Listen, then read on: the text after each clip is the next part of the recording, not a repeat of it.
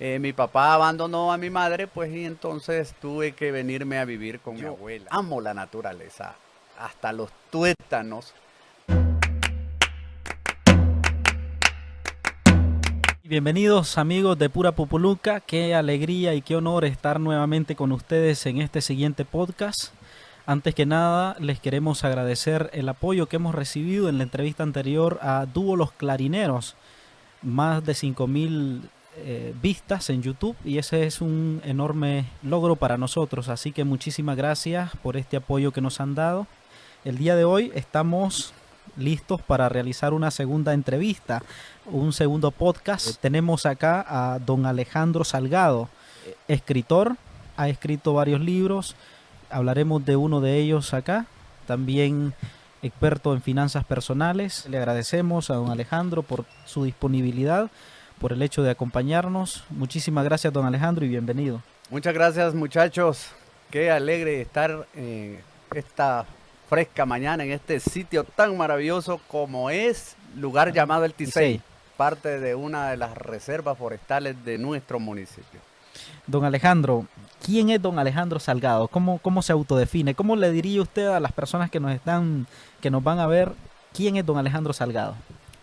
Bueno, Alejandro Salgado es una persona de origen campesina que por los avatares de la vida pues llegamos a la ciudad, en donde aprovechamos al máximo el tiempo y pude estudiar, pude prepararme intelectualmente, pero que siempre estamos conectados a esas raíces no de la pobreza, sino de nuestra estirpe, pues de nuestra familia.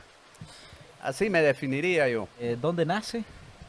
Yo nací en un pueblito maravilloso, un pueblito variopinto al norte de Nicaragua, llamado Murra, no sé si ustedes conocen. Sí. Murra es un pueblito que está dentro del corredor cafetalero de nuestro país, pero yo nací en una comunidad que se llama San Pablo Arriba.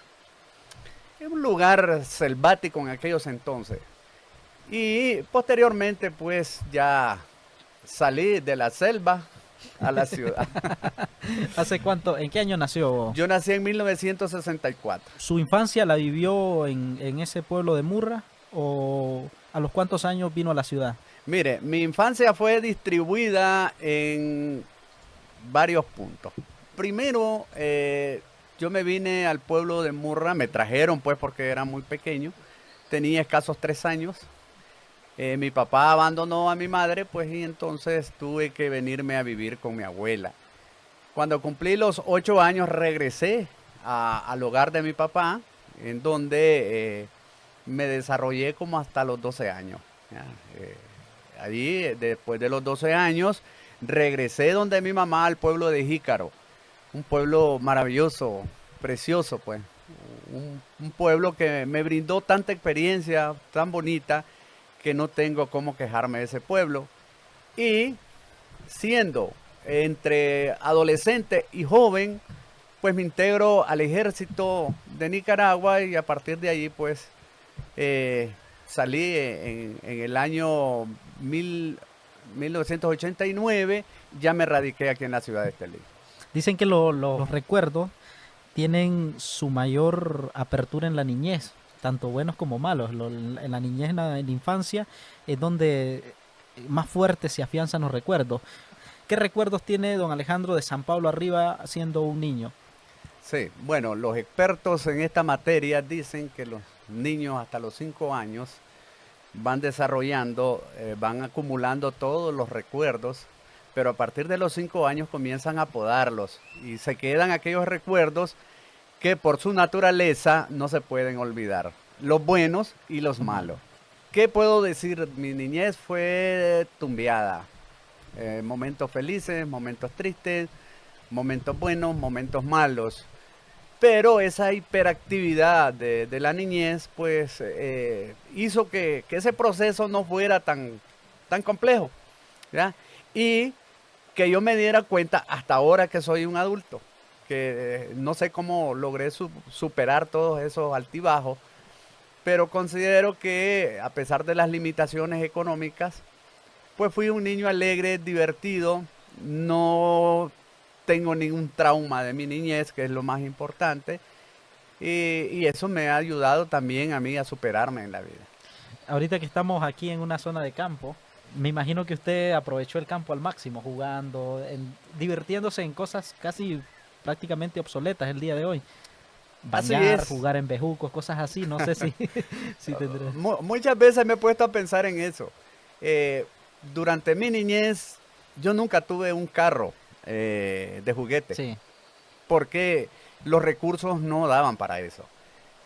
Pero más sin embargo yo lo sustituía por lo natural. Por eso es que yo le tengo un gran amor a la naturaleza. Yo amo la naturaleza, hasta los tuétanos, porque fue la que me forjó y fue donde inyectó una gran dosis de entusiasmo maravilloso. Como dice usted, yo corría por aquellas montañas, me subía a los árboles, me caía de los árboles, bueno, ¿qué no sucedía ahí? Pero yo era feliz. Eso era maravilloso. Y creo que esos recuerdos tan bonitos pues le ayudan a uno a superar las situaciones más difíciles en su desarrollo. y más que todo hoy que uno ve los niños, e incluso los del campo, ya están instalados en su tablet, en su teléfono, se olvidan a veces de lo sencillo, de lo espontáneo, que a veces te da muchísima más felicidad que lo artificial, que los videojuegos, que otras cosas. Usted que mencionaba ahorita, por ejemplo, que nunca tuvo un carro, me hace recordar porque yo, por ejemplo, yo sí tenía carro, pero una vez al año, en diciembre. Y entonces, pero el problema es que yo miraba el carro y me sentaba en él. Y lo quebraba. Lo destruía.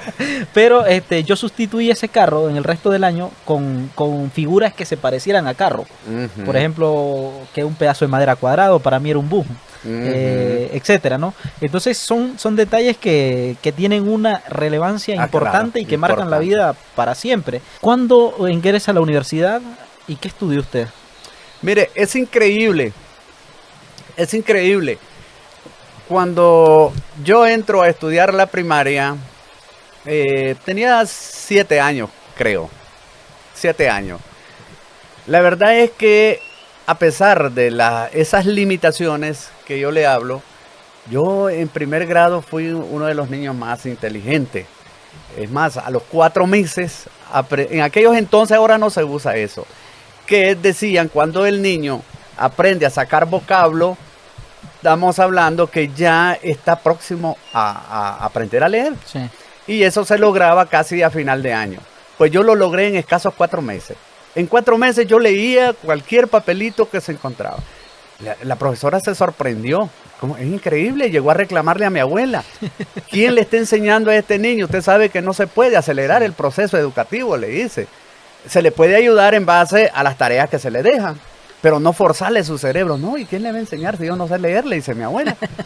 Esto es cosa de él. Todo papel que encuentra se pone a leerlo y aunque no lo lea bien, pero él le busca. La verdad es que me pasaron de primer grado, cuando terminé mi primer grado, me pasaron a tercer grado de una sola En ese vez. entonces todavía se hacían eso, Sí. ahora tiene que terminarlo Exacto. a fuerza. Me hicieron un examen de evaluación y se dieron cuenta pues que mi nivel era superior al segundo grado, entonces me pasaron a tercer grado. En tercer grado fui un fiasco, fui lo peor. Pero, ¿por qué? Porque allí influye bastante la autoestima. Mi papá era un hombre muy tacaño, ¿por qué no decirlo? Pues a veces nosotros no expresamos las cosas porque decimos, pobrecito, mi papá, es que por la ignorancia, que por... Sí. No, Lo justificamos, exacto. buscamos. Y no, él era demasiado tacaño y me mandaba a la escuela con botas de hule. Y entonces me decían en la escuela el bota de hule, el pata de onda, montañita y todo. Entonces era un bully que a mí Sí. me molestaba. Entonces me iba descalzo. Y entonces me decían talón de acero. Y bueno, la cuestión es que no me escapaba, pues que ahora me da mucha risa y me divierte En la acordarme escuela de son eso. bien creativos, ¿no? Entonces mi papá me tuvo que sacar porque no rendía, no servía para nada. Entonces, dicho de otra manera, yo no estudié prácticamente la primaria normal, pero cuando yo salgo del ejército, en el ejército tuve la oportunidad de tener unos maestros que en los momentos de paz que hubieron, pues me apoyaron. Pero cuando yo entro a estudiar ya la secundaria, pues me hicieron un examen de evaluación igual y entré a estudiar la secundaria. Es decir, que no hizo cuarto, ni quinto, ni Sí, sexto como tal. como tal. Ajá. Ya. Entonces resulta que yo ya era un hombre adulto. Ya tenía familia, tenía mis 2 hijos y yo me sacrificaba por estudiar. Entonces yo estudié en el Instituto Nacional,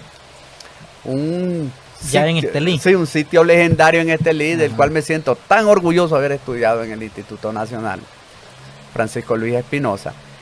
Y en la nocturna saqué mi 5º año. Y por falta de dinero, por la misma capacidad económica, pues no puedo yo entrar a la universidad. Y entonces me fui para Jalapa, porque iba buscando este ambiente, la parte natural. O sea, dicen, el mono sale de la selva, pero la selva no sale del mono. La selva nunca salió de mí. Entonces iba buscando otra vez la parte agraria, el campo, pero fue un fracaso. No es lo mismo dibujarse los muñequitos en la cabeza que estar en el terreno. Y ahora he quedado de consejero. Vendí mi casa para tomar esa empresa que al final no resultó. Entonces me vi obligado a regresar. Pero cuando yo regresé, fue cuando yo ya había establecido un plan para mi futuro. Antes no lo tenía, pero allí sí lo establecí, mi plan, y luché por él. Ajá. Sí, de eso vamos a hablar ya en el libro, porque Correcto. ese aspecto lo habla en el libro del que vamos a conversar hoy.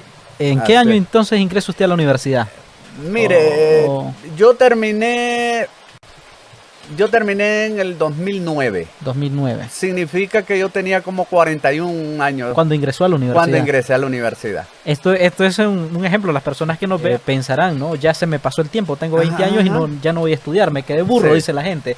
Eso, Así es. esto puede ser un ejemplo de que nunca es tarde Exacto, para empezar, aprender, para La prepararse. mayoría de los científicos, o algunos de ellos a los 38, 39 años, no habían producido nada.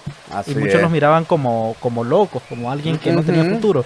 Porque nunca es tarde para empezar a dar fruto, para empezar a alcanzar ciertas cosas en la vida. Y La tarde llega cuando se es demasiado viejo.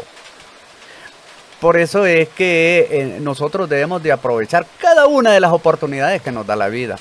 Y yo dije, hay una anécdota muy maravillosa que me la guardo para mí, porque tal vez a nadie le interese.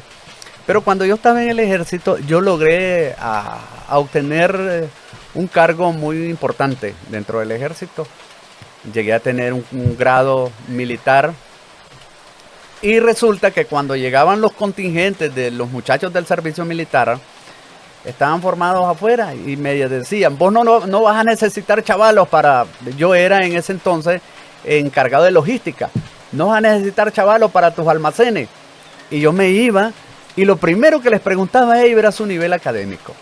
Entonces yo me decía, mire, yo tengo 1er año en la universidad. Ah, pues está bien. Nunca buscaba chavalos que no tuvieran un nivel del que yo creía que me iba a servir a mí para desempeñar muy bien mi trabajo. Entonces, ¿por qué lo hacía? Porque yo admiraba a esos chavalos que habían estudiado. Y yo decía, pues cierto, tal vez nunca salga del ejército, me quede en las montañas ahí sepultado. Pero mientras tenga vida voy a luchar por eso. Entonces, cuando yo salí del ejército, mi primer misión fue estudiar. Por eso es que yo les digo a muchos, yo estudié de viejo. Y ya teniendo hijos. Yo entraba a estudiar a las 5:30 de la tarde. Yo no iba a cenar a mi casa, me iba sin comer directo al colegio. clase. Y salía a las 10 de la noche. Y a veces había, como en este tiempo, pues que es época de invierno, a mí me tocaba llevarme la bicicleta a tuto y los zapatos aquí en el hombro, porque el lodo se llenaba la llanta de la bicicleta y no podía avanzar. No podía avanzar. Entonces así llegaba a mi casa. Con bota de hul, no, descalzo. Descalzo. Otra gente podría decir, no, para estar en este sacrificio mejor me estudio. Sí. Pero yo no, yo dije, no, tengo que estudiar. Era un objetivo que lo tenía Así es. planeado y que lo iba a cumplir sí o Era sí. una meta. Era una meta. Sí.